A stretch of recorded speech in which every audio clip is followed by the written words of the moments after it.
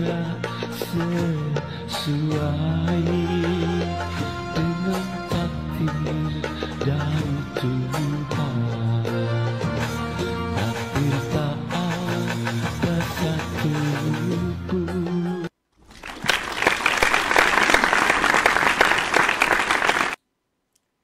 Bismillahirrahmanirrahim. Pemirsa, bersua kembali di kanal Hikmatologi.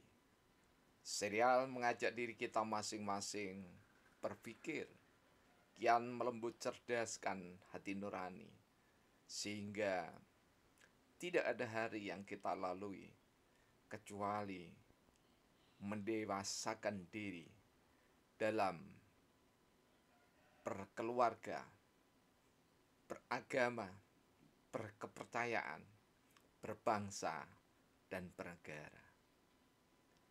Pemirsa, ketika kita mencoba menelusuri peta pergaulan anak manusia yang disokong oleh piranti canggih, gadget atau gawe Android, nyaris setidaknya 90%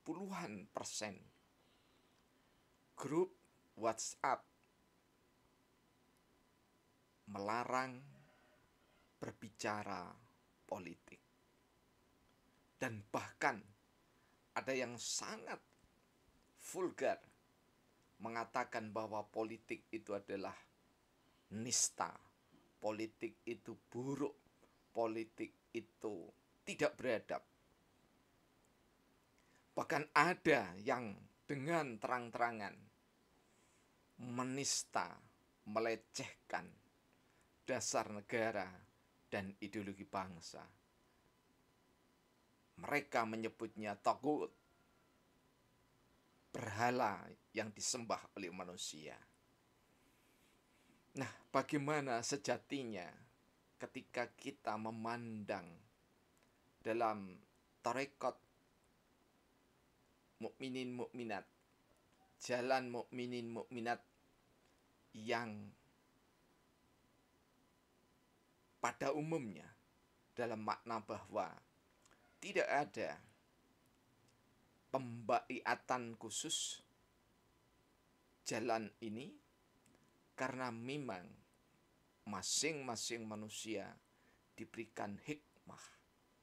Ada hikmah yang berasal dari Allah Tuhan yang Maha Esa, dituntun melalui kitab sucinya, melalui teladan nabinya, dan ada hikmat manusia yang mengandalkan otak semata-mata, berpiranti panca indera. Nah, namun tarekat al-hikmah, panca indera dipakai sebagai piranti bantu, sedangkan akal benar-benar merujuk pada firman Allah bahwa akal terletak di dalam hati sanubari. Karena itu marilah kita tempatkan political science, ilmu politik, di ranah yang sesungguhnya. Dan ranah yang sesungguhnya seringkali disampaikan oleh saudara kami sepuh Profesor Dr. Andes Ki Jati Kusumo, BA, Esos. Beliau sering mengatakan bahwa politik secara etimologis dari poli dan etik, maknanya bahwa di dalam kehidupan berbangsa, bernegara, senantiasa didasarkan pada etika. Pemirsa yang dirahmati oleh Allah, Tuhan yang Maha Kuasa. Ketika kita alergi, fobia terhadap politik, maka mengingatkan kita di zaman penjajahan Belanda hingga Jepang, di mana anak-anak Nusantara dikedilkan otaknya, dijumutkan sikap perilakunya, sehingga sangat mudah penjajah untuk menista putra-putri Nusantara. Dan bangkitlah ulama, bangkitlah tokoh-tokoh bangsa melawan penjajah. Karena hakikatnya diri ini secara politik merdeka. Karena itu, pemirsa yang dirahmati oleh Tuhan Yang Maha Esa, saya menulis syair yang atau lebih tepatnya Syabdana. Ini menurut Dr. Didin Widiartono, sang guru muda yang berwibawa dari Universitas Negeri Malang, mengatakan bahwa Syabdana dengan ciri tertentu sulit dijumpai dan bahkan tidak dijumpai dalam khasanah sastra Indonesia. Karena itu, pemirsa yang dirahmati oleh Allah, Syabdana yang ke-15.720 saya berikan tema politik dalam Tarekat Al-Hikmah. Bagian yang ketujuh sengaja saya pilih untuk memudahkan kita menyambung pada hikmatokrasi. Karena itu, Sabdana ini juga bisa dimaknai sebagai politik hikmatokrasi, yakni politik yang mendasarkan pada nilai-nilai ajaran agama sesuai dengan agama dan kepercayaan masing-masing. Lebih dari itu, dalam berbangsa dan bernegara didasarkan pada Pancasila. Politik dalam Tarekat Al-Hikmah bagian ke-7 di syair 15.720. Hidup tumbuh kembangkan politik yang bermarwah Pancasila. Tak ada dasar negara sebaik seluhur Pancasila. Tak ada ideologi bangsa sebaik seluhur Pancasila. Ketika proses pengejawantahan ada kekurangan, tetap istimewa. Nilai dan makna dasar tak pernah nista. Hanya sikap perilaku manusia yang acap kali menista.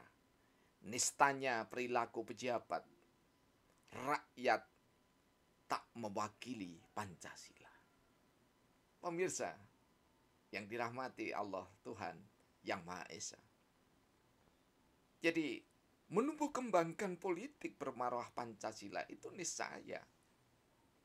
Karena kalau tidak kita tumbuhkan bahkan sejak sedini mungkin, maka rasa cinta tanah air Indonesia sudah sirna. Apapun sikap perilaku bangsa ini, karena Pancasila sebagai dasar negara, karena Pancasila sebagai ideologi bangsa, maka menyatukan ruh nilai-nilai Pancasila sungguh adil bijaksana. Menyatukan secara politik ruh Pancasila. Ketika kita meyakini Islam yang terbenar, tertinggi, termulia, masuk surga, maka kita akan menghormati saudara-saudara kita yang Hindu, yang Buddha, yang Nasrani, yang Konghucu, Katolik, dengan varian-variannya Nasrani. Agama-agama mereka yang terbenar, yang terbaik, yang tertinggi, yang termulia, mereka masuk surga dengan keyakinannya. Jika kita di dalam politik memperlakukan diri sebaik mungkin, seetis mungkin, maka memperlakukan saudara kita sebaik dan seetis mungkin. Ini baru namanya politik dalam tarekat al-hikmah.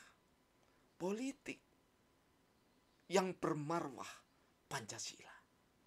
Bukan politik yang rajin menista sesama seiman, sesaudara, sesama sebangsa, sesaudara. Tidak demikian.